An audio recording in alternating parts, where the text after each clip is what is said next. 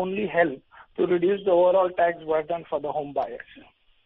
Absolutely. In fact, let me get a real estate industry voice on this as well. Niranjan Hiranandani, of course, part of the well-established Hiranandani group. He's also president of NAREDCO. Mr. Hiranandani, how significant is this going to be? 5% on under construction without input tax credit, 1% on affordable housing without input tax credit. Talk to us about how significant will this move be? How long away will it be in terms of alleviating some of the stress? And of course, differential rates still persist, rather no rate on ready to move in versus 5% on under construction. Will it at least narrow the gap in terms of the demand mismatch goes? You're absolutely correct. It is definitely going to narrow the gap, but more than narrowing the gap, it's a customer perception which had gone totally haywire. A person just couldn't understand how it is possible to think of 12% GST on under construction and zero once the construction is over. Even if there was a reset in prices, the customer was not ready to look at the input tax credit component of the whole thing. So I think it's a wonderful move that it has been brought down to 5% in terms of the GST for under construction, and that and zero, of course, is still a gap. But overall, I think it's definitely a way forward to be done. Number two, I think the recommendation which had originally gone was 2% for affordable housing, which has now come down to 1% for affordable housing. So I think the Prime Minister's focus on affordable housing seems to continue its way, both in the case of the budget, both in terms of other issues in terms of credit availability and also the interest subvention for affordable housing. The combination of that is sought to make the Housing for All project by 2022 a reality. So I think all these three things put together sounds good for the industry. And of course, there are various issues relating to cheaper housing in terms of it, and people say the benefit is not adequate enough because no input tax credit is there.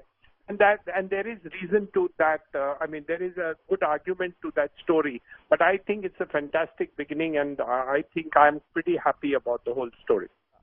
In fact, I have a follow-up for you, Mr. Hiranandani, before I also go back to Ramesh Nair. What is the rate right now with input tax credit? What is the effective tax rate that it comes to? And then is it fair to understand that at 5% without input tax credit, the prices should actually go up in the short term? I mean, clarify that for us.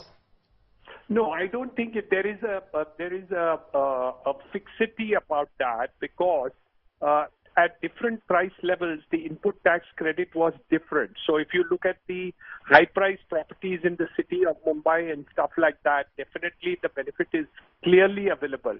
On the affordable segment, anyway, the affordable segment, the tax has been reduced to 1%. So I think across the board, the benefit is now available because you have divided the two. But where there is not an affordable thing, but the prices are low, there is still a doubt as to whether the full benefit will be available to the builder developer, because he is not getting input tax credit benefit. So some of the developers would crib about this story, and that has been talked about for quite a few days. But all in all, a very good move. Right. In fact, Ramesh Nair, clarify this for us as well. You are in discussion with the developers and consumers on a regular basis. Talk to us on this 5% rate without input tax credit. How significant will this be on the pricing scenario? And of course, will builders now have some kind of a leeway in terms of pushing the under construction houses because they also need it for project funding versus the ready to move in demand that of course has no GST? Niranjan Bhai, I think summarized it quite well. The perception amongst the home buyers was, if I am going to buy a project which is under construction, I'm going to be paying so much.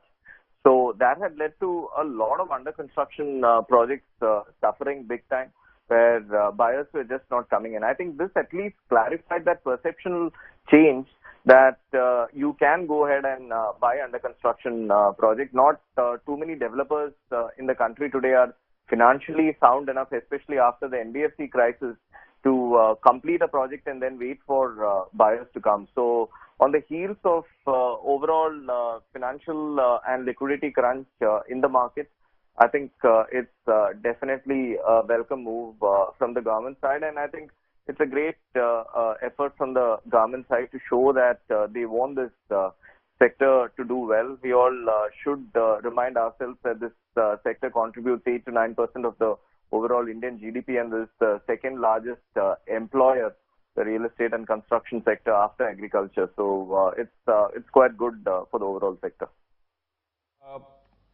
Mr. Hiranandani, a couple of clarifications needed from you here, because there was a view in the market that the differential tax structure should go away. So while affordable housing, of course, will have differential tax rates, but the differential in between, zero tax for ready to move in versus some tax on under construction is really harming the industry in certain way.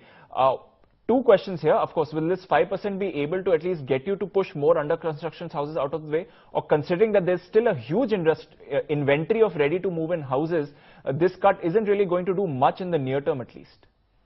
No, I think basically we would have been extremely happy if all GST would have been zero and everything would have been focused on the cases of stamp duty.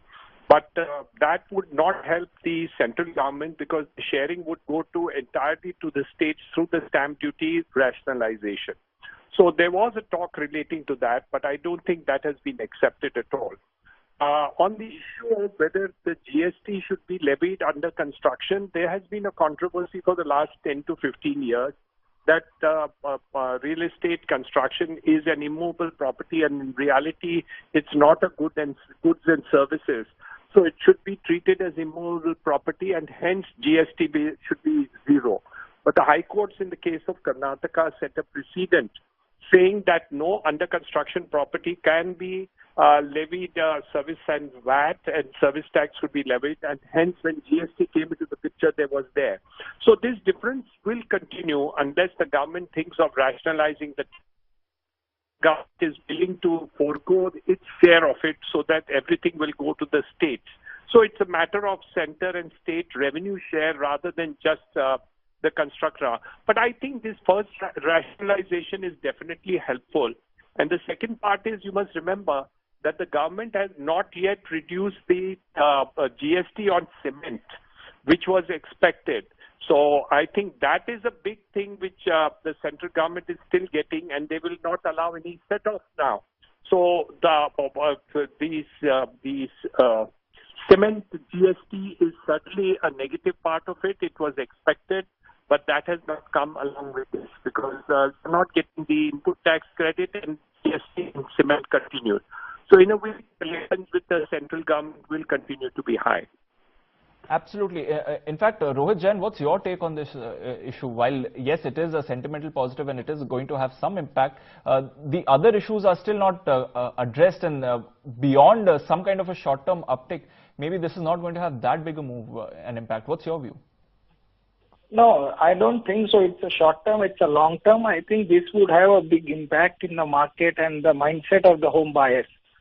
As rightly been said by Mr. Hiranandani, that here the prices is because of the higher the land cost, and land anyway not liable to GST, and there is no question of a credit. If the value of the flat goes up significantly, it is on account of the land, and construction cost more or less remains in the same range.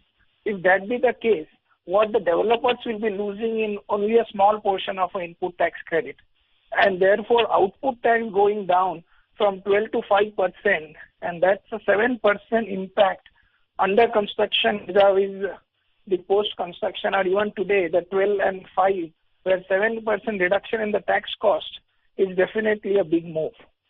Because keep in mind, today you pay 12% GST, you pay 6% of a stamp duty. So 18% tax cost on a high value flat is definitely a dampener.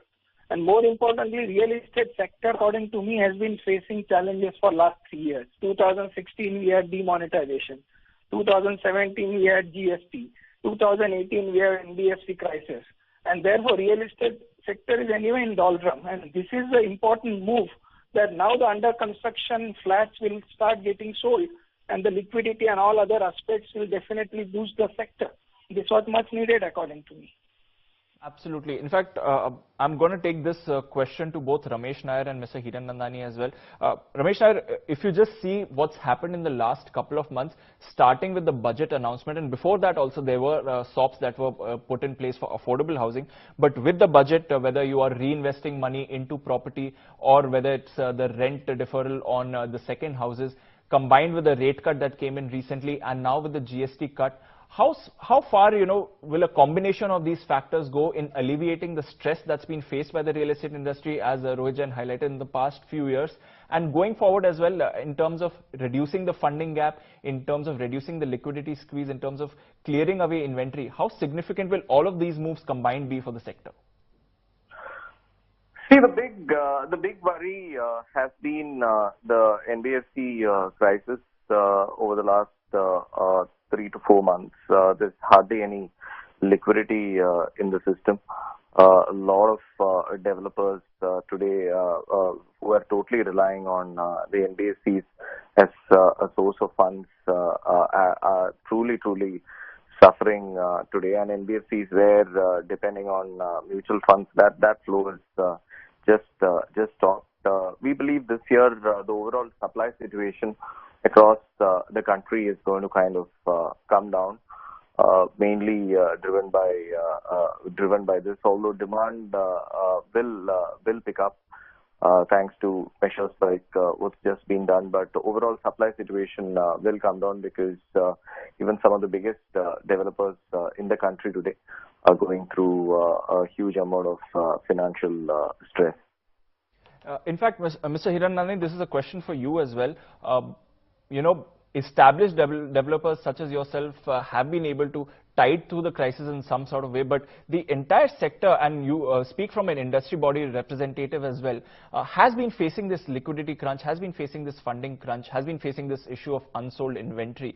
How serious is the stress right now? How big an impact has it been? And like I asked Ramesh Nair as well, the combination of the budget, the rate cut, and of course with the GST cut coming in, how significant will it be to alleviate the industry stress? First of all, let me explain to you that what has happened to the industry is a tsunami.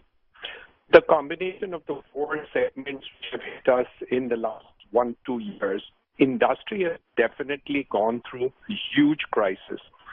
So what is now happening is there's a step-by-step alleviation, which I think Mr. Nair just mentioned. And I think it will definitely improve. Things will become better and better. But the hurt and damage is not going to be rectified overnight. But yes, the answer is yes, it is definitely going to improve. A lot of people on the marginal side will improve faster, and other people will take more time for it to improve. But the whole thing is in the right direction. Number two, there is an objective of the Prime Minister and the government, which talks about affordable housing in a very big way. Remember, the entire focus, all the changes which have been taken, giving it infrastructure status, improving the loan availability, allowing a 90% loan for the purposes of affordable housing, interest rates coming down, giving interest subvention, all these are definitely going to be helping the industry. As far as the individual builders are concerned, which is what you're asking me, the answer is the improvement shall take place. Only thing is that it will not happen overnight. It can't happen. A destruction in the industry will take some time to rectify itself, but it is happening and it will happen, and this is another step towards that direction. So I think it's very positive. I'm extremely happy with the moves which the government has made, and really compliment the government to understand the problems of the industry and more so the perception of the consumer. The consumer's perception is extremely important, and I think this move certainly addresses that aspect.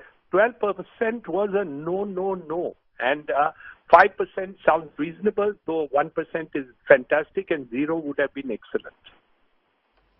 Right, you clearly put your views on that. I'm not sure if the government is going to agree to further rate cuts, at least on under construction, but we'll have to wait and see if cement GST is cut, and that could definitely be another fillip for the industry. Rojan, the affordable housing question, 90 square meters, that's the limit that's been set for affordable housing, 1% GST over there. Give us a sense on two questions. Where does it stand right now as far as the government's affordable housing push goes? What kind of success, or I wouldn't say success, but what kind of penetration has been achieved in terms of getting demand going for that and getting developers interested in affordable housing? And this 1% rate now coming in, more SOPs that were announced on budget with regards to interest subvention as well. How significant will this be for the affordable housing push? Yeah, so let me just take up your last question first. Existingly, under the current regime, GST on affordable housing is 8%. So currently, whenever somebody buys a house of to say 30 lakhs, 40 lakhs rupees, which is now considered to be a affordable housing infrastructure status, you pay 8% GST. That is going down by 7%. It's straight to 1%. It's definitely a big move, because that is how the push will be given to this particular sector. But mind you that even today, affordable housing, when they pay 8% tax, they typically also incur huge cost on GST being paid on the construction, which is available to them as a credit today. On that 1% scheme, that credit won't be available to them. And if you look at it, an affordable housing as a project, it is not a big in the land cost. It is mainly a 50-60% also is the construction cost, and 20-30-40% in the range of that is a land cost. So therefore, the not availability of a credit will have some impact on the cost escalation, and the prices will go up. But in an overall scheme of things, the affordable housing tax burden overall, considering the loss of input tax credit plus the reduction in the output tax, will have some saving on an overall scheme. And this will definitely help the sector. Coming to your first question, how this has been penetrated in the market today and how the push has been the government on this. Government, of course, under the PMAY scheme and even otherwise, has been pushing in relation to this sector very well. We have seen so many houses have been constructed, but more importantly... Rohit, I'll just come back to you. My apologies. The Sushil Modi, Bihar Deputy Chief Minister speaking. Let's cut across to him. Decision of the GST Council. And a lot of this discussion is going on. 1 April. 1st April.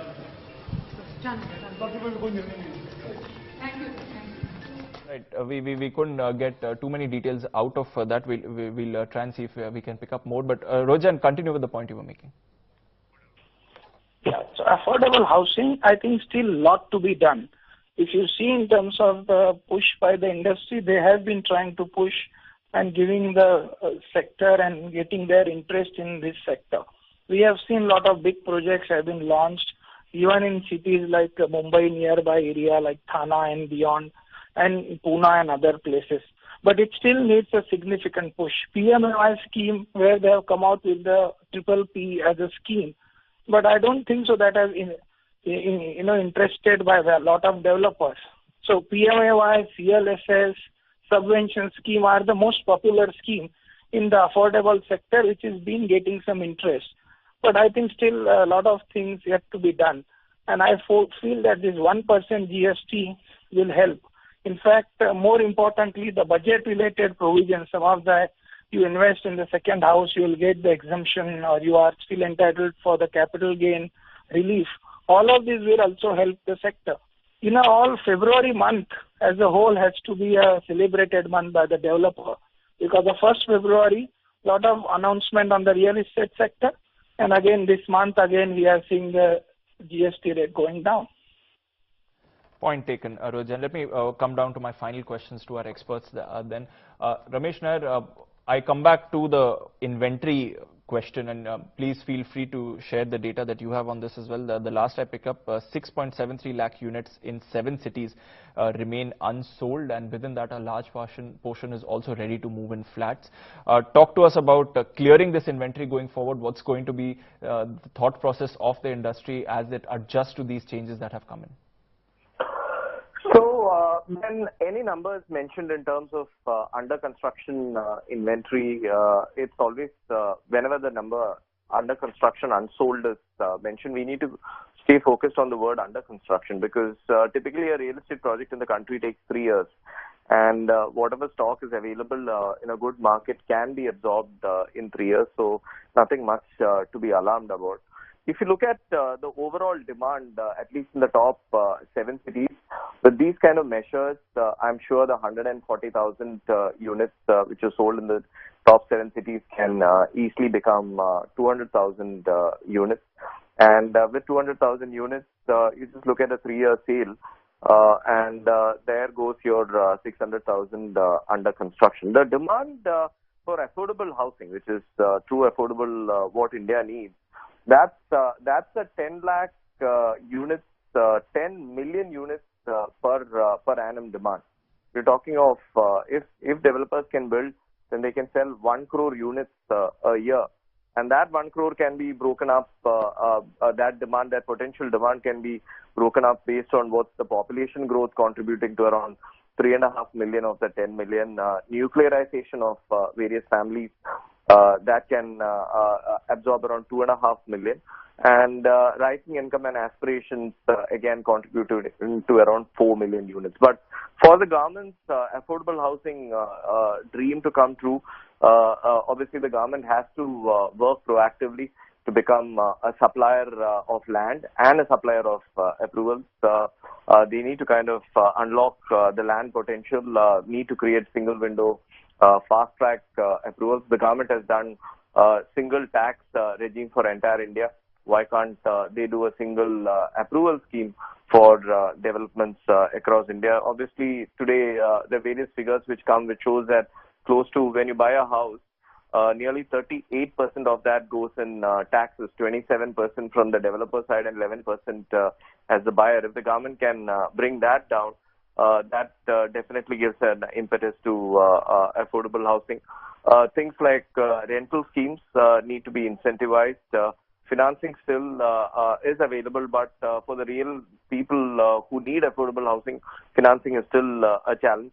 And the banking system opening up loans for land will also help the affordable housing sector. So these are the things required if you need to kind of make sure this leads. And for the sector to grow, what we have seen in most emerging markets, therefore, housing sector needs to do well. So if the government is really looking at growing at that 7-8%, the housing sector needs to do well, and it cannot be ignored. And good job by the government from the budget and today's announcement to having shown that they like the sector. Point taken, Ramesh. Mr. Hiranandani, final word to you, sir. What next? These many measures put in place, what do you want next? Basically, there's one big gap which has remained in the whole policy of housing for all and all the other policies which have declared, and Ramesh Nair has just hinted at it. Even in the richest country, America, 50% of the people live in rental housing. And today we have nothing at all in terms of the housing policy, both housing for all or the Prime Minister's PMAY scheme or in the schemes which have come up to give a boost to housing. What do you expect? That every man on the street will own a house? That's really physically, mentally, financially, economically not possible and not real. So you needed to give a boost not only for housing for all or affordable housing for all, but affordable housing on rent or ownership. I think somehow that seems to be missing, and we are pushing those thoughts and ideas. It's still not thought on. And unless that doesn't come in, I think we will not be really fulfilling the aspirations of the people of India. You just can't do it without rental housing, and I think that needs to be the next step which the government needs to do. And also, we are very grateful that Reserve Bank of India is also improving the liquidity positions both with the NBFCs and the banks for the purpose of lending. We also need to get one rollover, as was happened after the Lehman crisis in October 2008. And we are asking that the Reserve Bank of India should really look at this and give one rollover, as they did in 2008, to today because of the situation of these multiple tsunamis which have happened. So I think these two things we need very quickly. Absolutely, Mr. Hiranandani. Thanks so much for joining in today, gentlemen. Mr. Hiranandani, Ramesh Nair, Chairman JLL, and of course Rohit Jain, Economic Law Practice, for putting this big news in perspective for us. Let's also hear out a couple of voices from that meeting, Sushil Kumar Modi, as well as CP Singh, who is the Urban Development Minister for Jharkhand. Affordable housing, 1% for non-affordable housing, 5% both without ITC, and a capping of 45 lakh. And for the metro, 60 square meter, and for non-metro, 90 square meter, and a capping of 45 lakhs. That is the main decision of the GST Council. And a lot of this discussion is going on. 1 April. 1st April. देखिए, affordable housing के ऊपर हुआ है कि none metro में 90 square metre तक पर 1% लगेगा, और जो मेट्रो है, शहर है मेट्रो शहर, वहाँ 60 स्क्वायर मीटर